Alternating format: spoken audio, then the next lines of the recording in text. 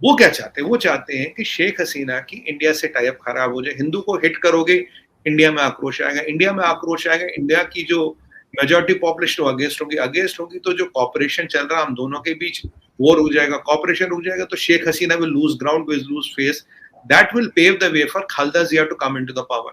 जो बांग्लादेश की पीएम आई इंडिया, और उसको आप किस तरह से देखते हैं, क्या क्या हो रहा है? ट्रेड की बात भी सुनी जा रही है, इसके अलावा भी कई प्रोजेक्ट्स हैं जिनकी न्यूज आती जा रही है। तो कैसा लग रहा है आपको उनका विजिट? और जाहिर है कि चाइना को लेकर भी इसमें कोई ना कोई एंगल बनता होगा, हर जगह चाइना आ जाता है, ये बड़ी मजेदार बात है।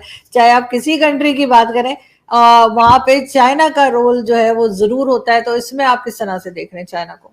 देखिए आजू जी, सबसे पहले शो पे बुलाने के लिए धन्यवाद।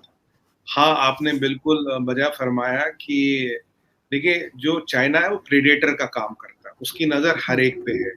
अगर आप ये माइक पॉम्पियो साहब का बयान देखिए, उन्होंने एक बार कोट अनकोट बयान दिया था, इट डजंट मैटर कि are you a frontline state when it comes to CCP, Chinese Communist Party. अगर आपकी your every country of the world is a frontline state to them.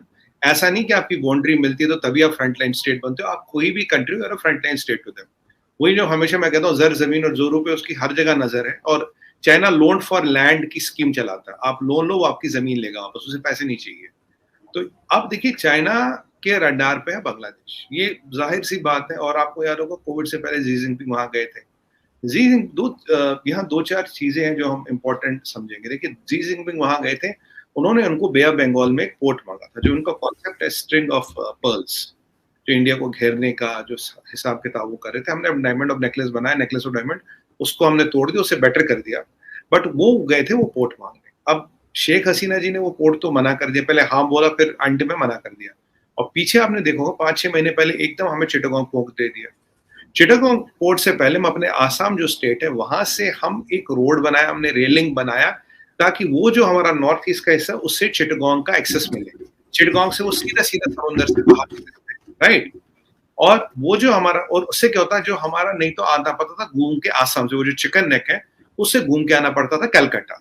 तो टाइम ज्यादा लगता था, डिपेंडेंस ज्यादा थी। और अब टाइम डिपेंडेंस कम हो गई है। जैसे वहाँ ऑर्गेनिक फार्मिंग होती है, वहाँ फिशरीज है, वहाँ बैम्बू है, वहाँ और भी कुछ प्रोडक्ट्स हैं जो नॉर्थ ईस्ट में बनते हैं। उनको ये वाले जो साइड के मार्केट्स है को एक्सेस मिलता है थ्रू चिटागोंग। और बांग्लादेश को they make money out of it by giving us the port.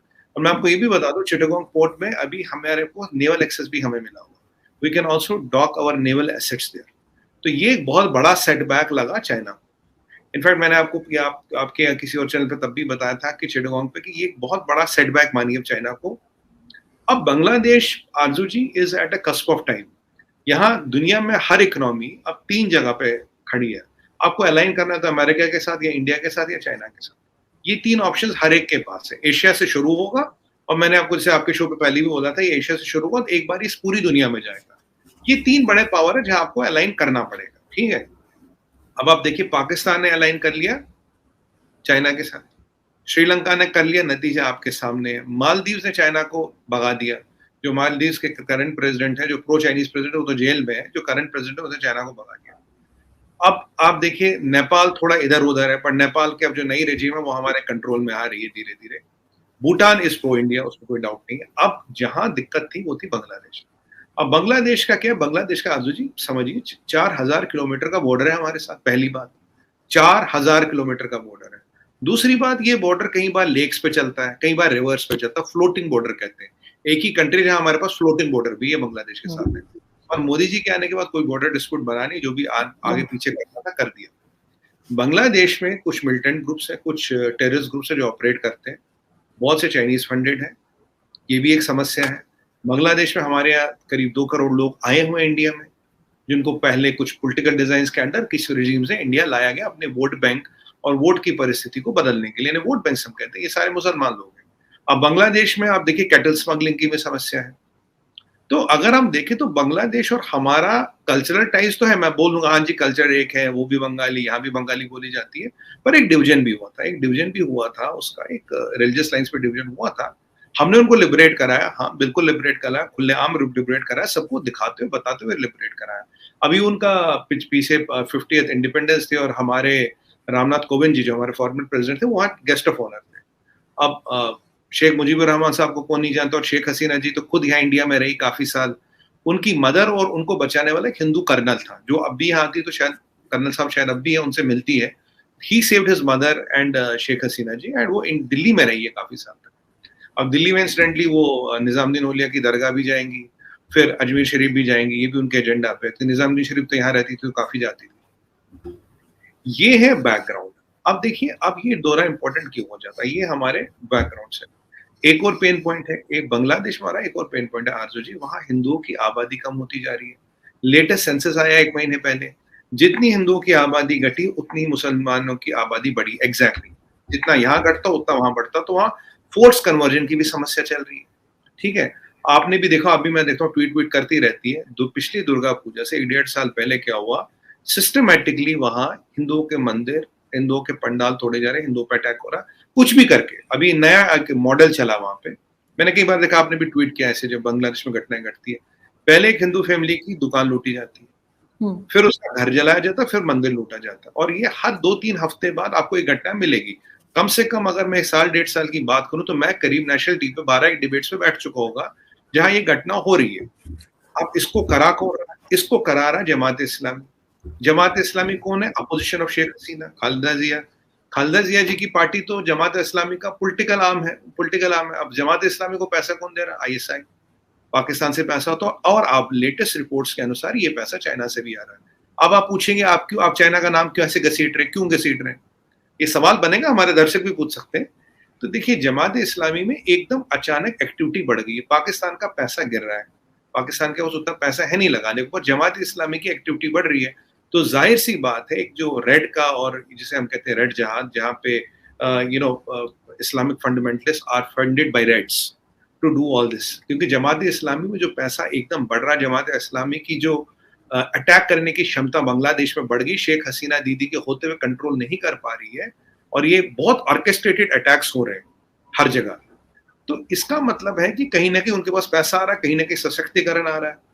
अब आप पॉलिटिक्स में आइए। पॉलिटिक्स ये है आरजू जी कि वो क्या चाहते हैं? वो चाहते हैं कि शेख हसीना की इंडिया से टाइप खराब हो जाए। हिंदू को हिट करोगे, इंडिया में आक्रोश आएगा, इंडिया में आक्रोश आएगा, इंडिया की जो मेजॉरिटी पॉपुलेशन अगेंस्ट होगी, तो जो कॉपरेशन चल रहा है हम दोनों के बीच, वो रुक जाएगा। कॉपरेशन रुक जाएगा तो Sheikh Hasina will lose ground, will lose face.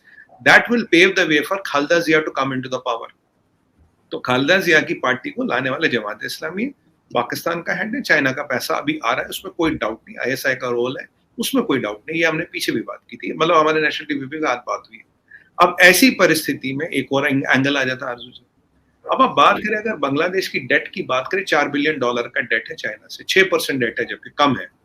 और आपने ये भी देखा क्या, चाइना का 10% डेट श्रीलंका को डुबा गया, केवल 10% डेट था चाइना का, हमने बात की थी। यहाँ 6% डेट है, बट ज्यादा नहीं है, 4 बिलियन है।